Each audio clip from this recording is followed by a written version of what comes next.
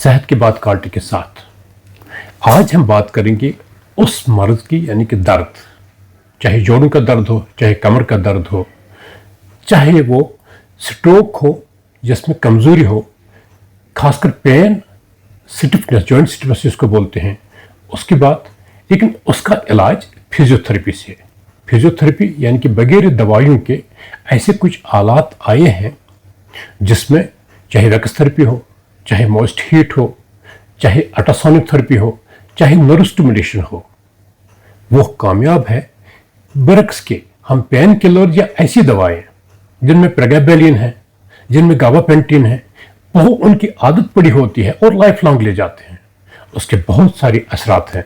कभी कभी डिप्रेशन और सुसाइडल आइडियाज भी आ जाते हैं उन दवाइयों से जो न्यूरोपैथिक पेन को किल करते हैं, और उनकी एडिक्शन होती है।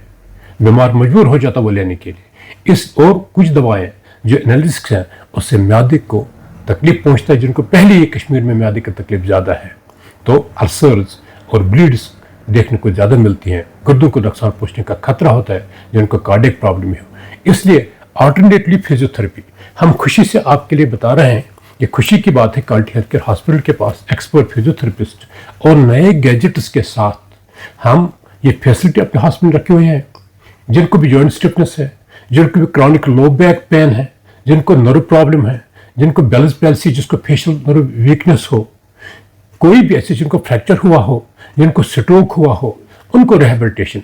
फिजियोथेरेपी एक ट्रीटमेंट नहीं है, ये एक पेशेंट को कॉन्फिडेंस लाता है।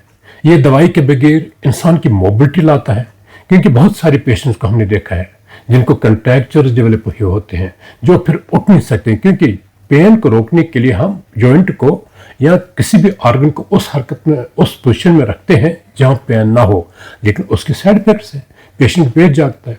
याद करें कि जिस घर में कोई भी बंदा ऐसा हो जो रोटी कमाने वाला, जो मजदूरी करने वाला वही हो, या मुलाजिम हो, या कोई भी जो घर का फर्द हो, वो काम ना कर सके इस पेन की वजह से, इस जॉइंट मोबिलिटी की वजह से, इससे भी गुर्बत बढ़ जाती है। यानी कि फिजियोथेरेपी एक कहना यह है, फिजियोथेरेपी एक अल्टरनेटिव ट्रीटमेंट है और बेस्ट ट्रीटमेंट है, जिसमें दवाएं कम नुकसानदेह और आदत कन दवाएं कम इस्तेमाल की जाती है, लेकिन पेशेंट को कॉन्फिडेंस दी जाती है, रिहैबिलिटेशन हो जाती है, और पेशेंट खुद अपने बलबूते पर मूव कर सकता है, चल कर सकता है, और एक्शन यानी कि फंक्शन किसी ऑर्गन की गेन कर सकता है वापस।